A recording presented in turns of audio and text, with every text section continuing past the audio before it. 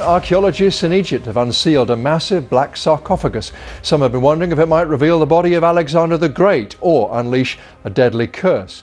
Alexander the Great, recognized for his tremendous accomplishments and vast empire, leaves behind one of history's greatest mysteries, the site of his tomb.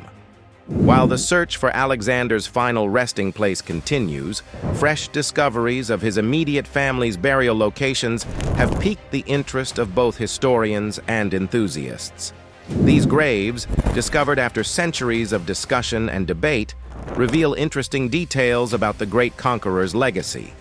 Join us as we look into these amazing discoveries and how they reveal the rich, complicated life of Alexander the Great's illustrious family.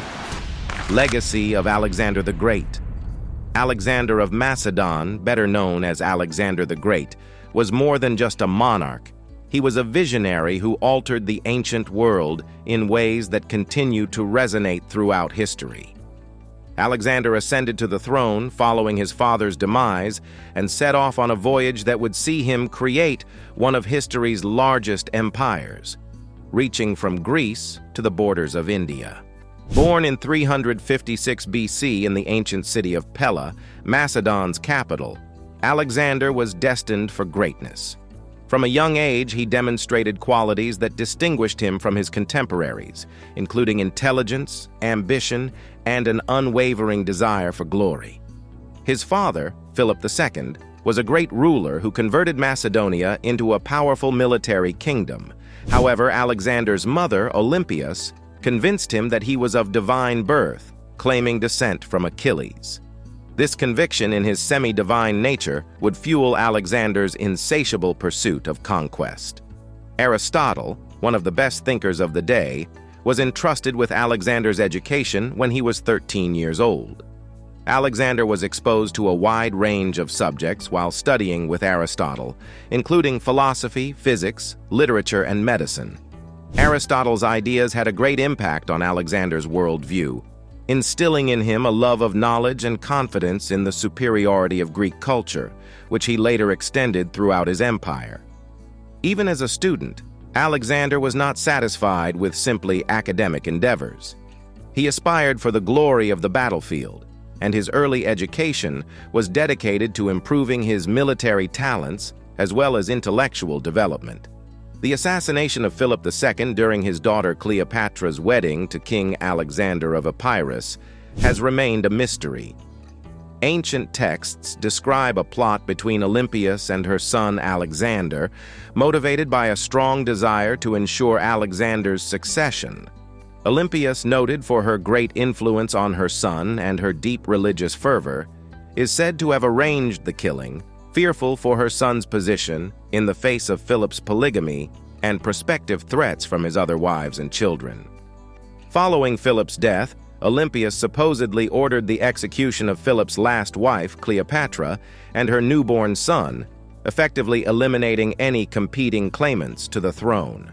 In 335 BC, Alexander faced a severe challenge when many Greek city-states, encouraged by Philip's death, revolted against Macedonian control. The most important was Thebes, a city with a long history of fighting Macedonian rule. In a violent expedition, Alexander defeated the Theban insurrection, burning the city and selling its citizens into slavery. This decisive action sent a strong message to the rest of Greece. Alexander was not a ruler to be underestimated. Alexander turned his focus to the east after firmly establishing his dominance over Greece. His father had long dreamed of conquering the Persian Empire, the most powerful empire at the time, but was slain before he could accomplish his dream. In 334 BC, Alexander took over his father's mantle and commenced his fight against Persia. What followed was a string of military victories that would imprint Alexander's name in the annals of history. The first significant fight of the campaign was fought at the Granicus River, where Alexander's men defeated the Persian satraps. This victory was followed by a series of victories, including the well-known Battle of Issus in 333 BC, in which Alexander's smaller army destroyed the Persian monarch Darius's considerably greater forces. Darius fled the battlefield, abandoning his family behind, severely undermining his authority while bolstering Alexander's reputation as an unstoppable force. However, the Battle of Gaugamela in 331 BC was the decisive moment in Alexander's conquest of Persia. Facing a considerably bigger Persian army, Alexander used great tactics to outmaneuver and defeat Darius, who fled the battlefield once more. With the Persian king's retreat, Alexander gained unimpeded access to the Achaemenid Empire's capitals, including the ceremonial city of Persepolis, which he famously burned, presumably in retaliation for the Persian sack of Athens a century earlier.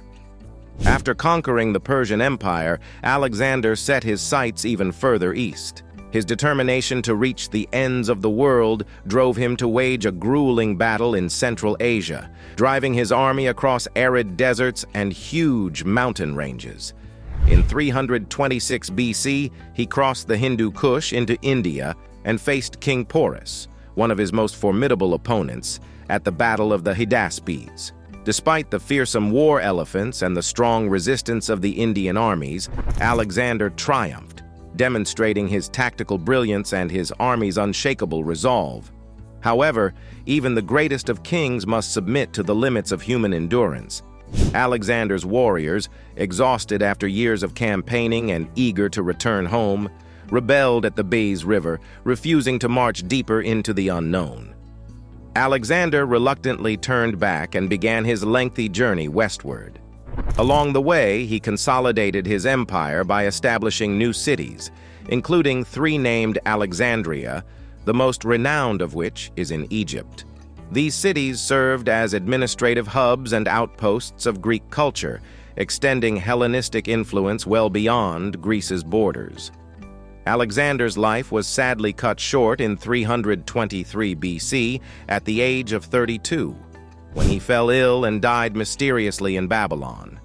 His death created a power vacuum in the massive empire he had established, resulting in decades of conflict among his generals, known as the Diadochi, who eventually divided the empire into various Hellenistic kingdoms. While Alexander's empire's political unity lasted for a brief time, his influence lived on via the cultural and intellectual transformations he initiated.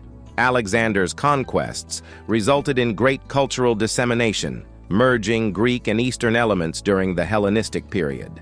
This period saw the expansion of Greek language, art, and ideas throughout the Mediterranean and Asia, establishing the groundwork for the Roman Empire and influencing the development of Western civilization. Cities such as Alexandria, Egypt, became centers of learning and culture, attracting intellectuals, artists, and scientists who went on to make great contributions to human knowledge. Discovery of Royal Macedonian tombs.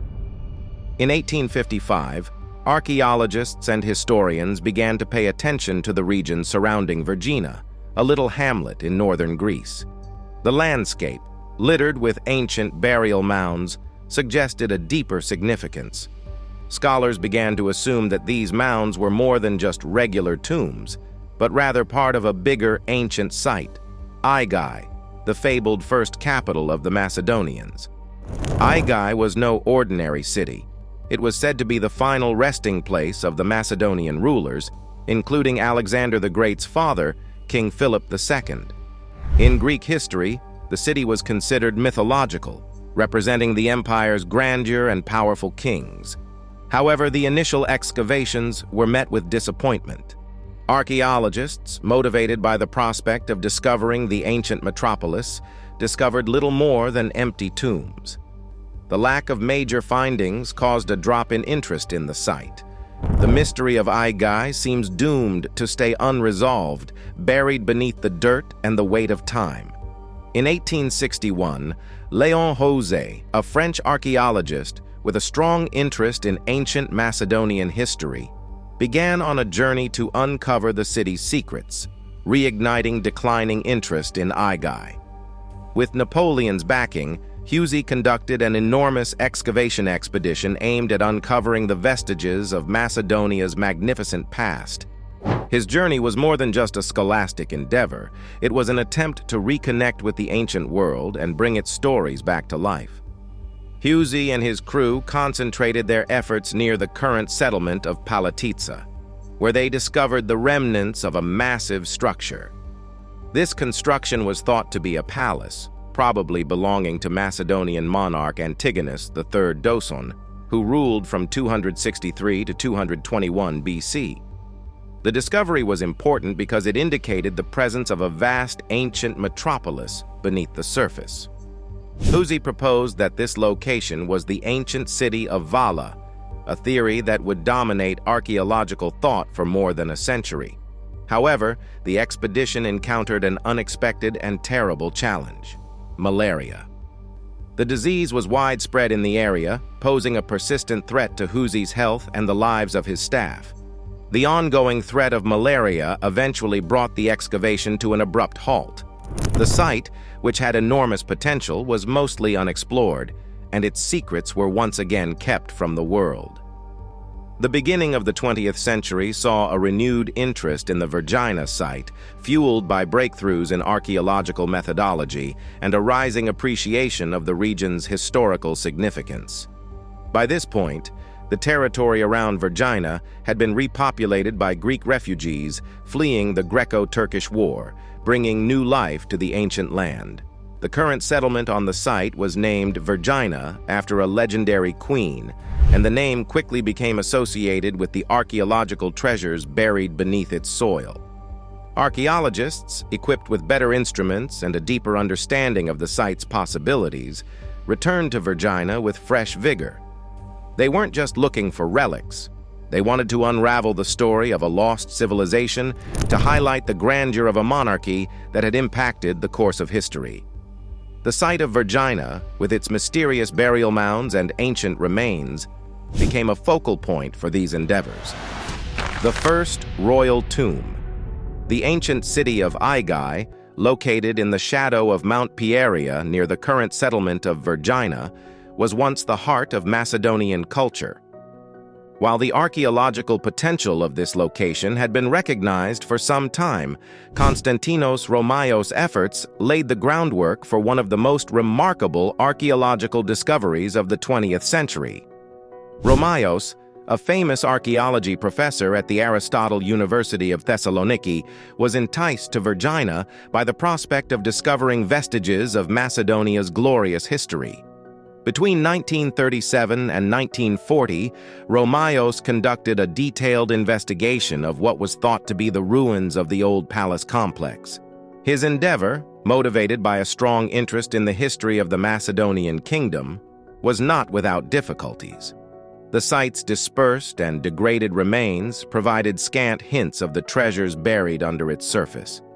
Nonetheless, Romaios persisted, led by an unwavering belief that the mysteries of Macedonia's royal ancestry lay hidden within the earth of Virgina. His perseverance paid off when he discovered a tomb, which was ultimately identified as the first tangible evidence of royal burials at the site. This finding was nothing short of astounding. The tomb, with its meticulously crafted rooms and exquisite design, demonstrated that Virgina was more than just another ancient city. It was a royal necropolis where kings and queens were laid to rest with the dignity that matched their station. However, Romaios' discovery occurred at a time when the world was on the verge of anarchy. The advent of World War II in 1939, followed by the terrible Greek Civil War from 1946 to 1949, effectively halted all archaeological work in Greece. The tomb, like many other ancient sites throughout the country, was left susceptible to the effects of conflict. Looters, driven by greed and desperation, raided these historic places, taking their wealth and leaving only remnants of what was once there. Romaios' discovery, however important, was eclipsed by the upheaval of the times. The tomb he discovered, which had the potential to start a renaissance in Macedonian history research, became a silent victim of war, its treasures lost to time and strife. However, the seed of curiosity had been established, and it was only a matter of time before Virgina's secrets were revealed again. The end of the Greek Civil War signaled a new chapter in the study of Greece's ancient history. As the dust from the fighting settled, a new generation of archaeologists emerged, ready to undertake the work that had been tragically halted. Among them was Manolis Andronikos, a former Konstantinos Romaios student who had developed a strong interest in the Virgina location while studying. Andronikos was motivated by a single goal: to discover the forgotten tombs of the Macedonian monarchs. He was particularly intrigued by the Great Tumulus, a gigantic burial mound that dominated Virgina's terrain. For years, the mound stood as a silent sentry, its purpose and contents unknown. Andronikos thought that the ultimate resting places of Macedonia's greatest monarchs were located within this intriguing mound. For nearly 3 decades, Andronikos and his colleagues toiled relentlessly to uncover the Great Tumulus's secrets. Their work was slow and painstaking, hampered by the enormity of the mound and the difficulties of conserving the site's integrity. They began by excavating the palace, which revealed vital insights into the ancient Macedonians' architectural prowess, but did not offer the royal tombs that Andronikos wanted. Undeterred, Andronikos focused his full concentration on the Great Tumulus. His efforts were motivated by a strong belief that this mound held the key to uncovering the true history of Macedonia's royal dynasty. Year after year, the team went deeper, sifting through layers of dirt and time, constantly on the verge of a breakthrough, but never quite making it. Then, in the autumn of 1977, Andronikos discovered a finding that changed the trajectory of archaeological history. He discovered 4 buried graves beneath the Great Tumulus, 2 of which had not been looted in over 2 millennia.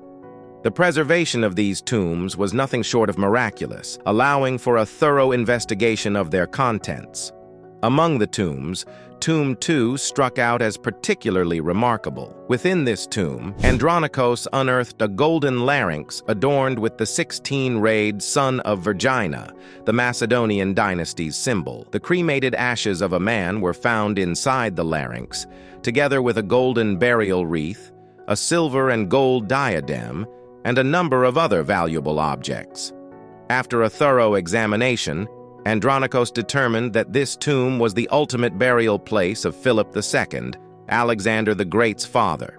Tomb 3, located next to Tomb 2, was a stunning find. This tomb held a little boy's remains, as well as a treasure of burial artifacts. Andronikos identified the remains as those of Alexander, the son of Alexander the Great and Roxana. The discovery of these royal tombs was a watershed moment, not only confirming Virgina as the royal necropolis of the ancient Macedonian dynasty, but also providing significant insights into funerary rituals and material culture of the period. Tomb of Queen Eurydice. The first. The discovery of the royal tombs in 1977 ushered in a new era of Virgina investigation. Over the next 2 decades, the site became a hub for archaeological research, drawing experts from all over the world.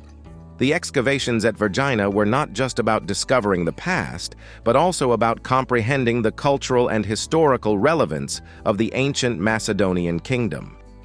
In 1987, a burial cluster containing Queen Eurydice's tomb was uncovered, contributing to our understanding of the royal lineage. The discovery of these extra tombs provides a more complete picture of the Macedonian royal family's burial customs.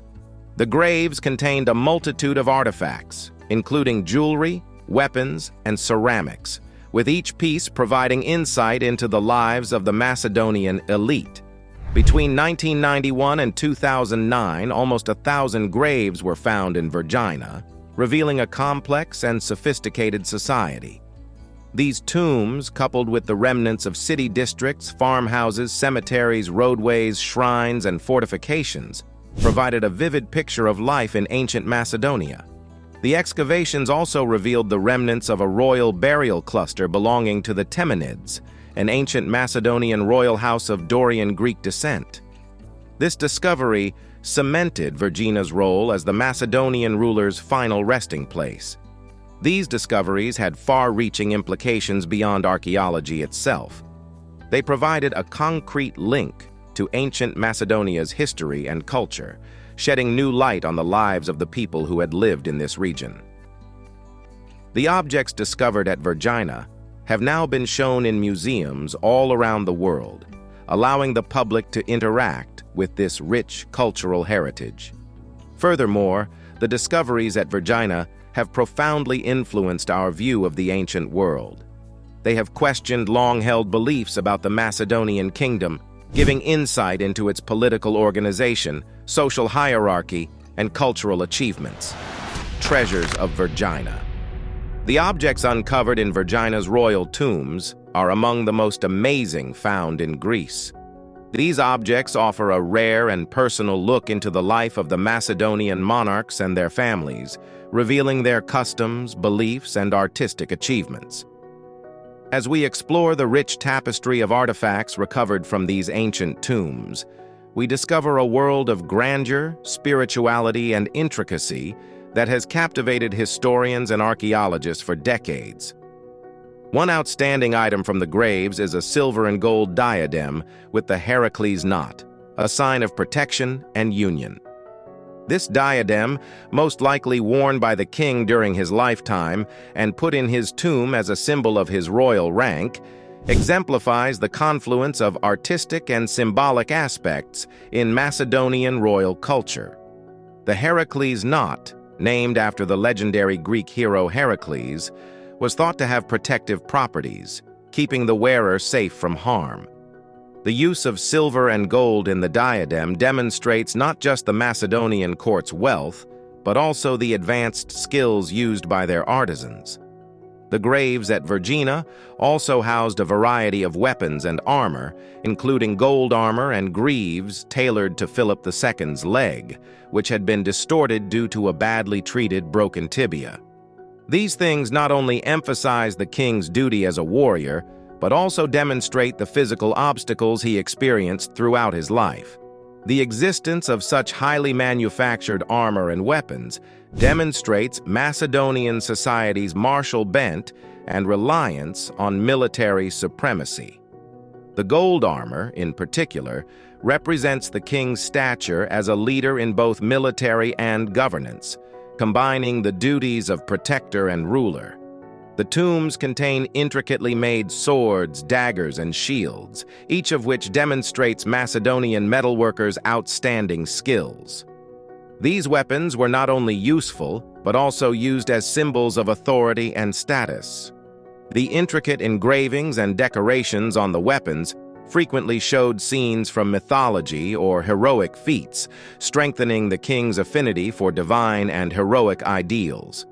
In addition to gold and silver treasures, the tombs had a range of ivory and terracotta objects, such as carved ivory ornaments from the burial couch, inlaid shields, jewelry, and terracotta votive figurines.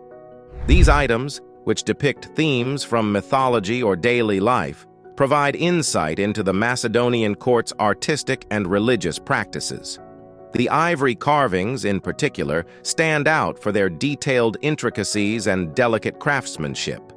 These ornaments would have ornamented numerous goods used by the Macedonian nobility on a daily basis, adding a touch of richness and elegance. The terracotta figures discovered in the graves are equally interesting, depicting deities, animals, and everyday life.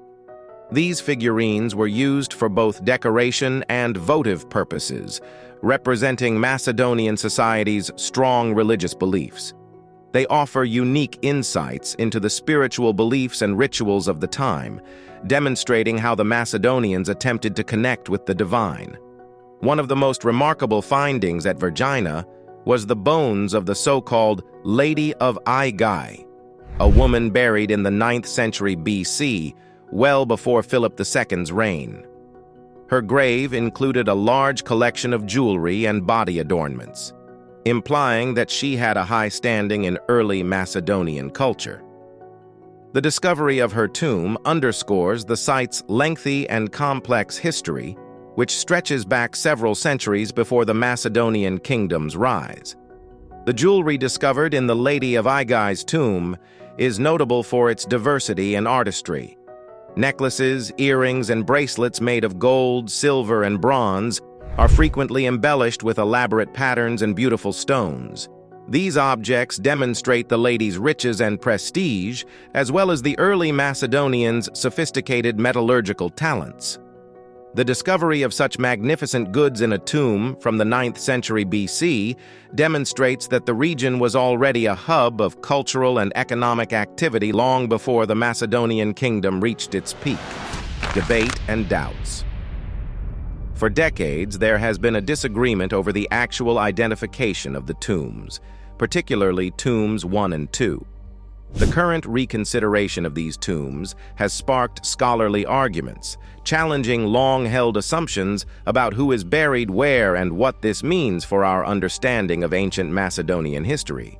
For many years, the popular belief was that Tomb 2, an artistically built and highly decorated chamber, was the final resting place of Philip II, Alexander the Great's father. This notion was based on the tomb's splendor, which appeared appropriate for a monarch who had established the groundwork for his son's empire.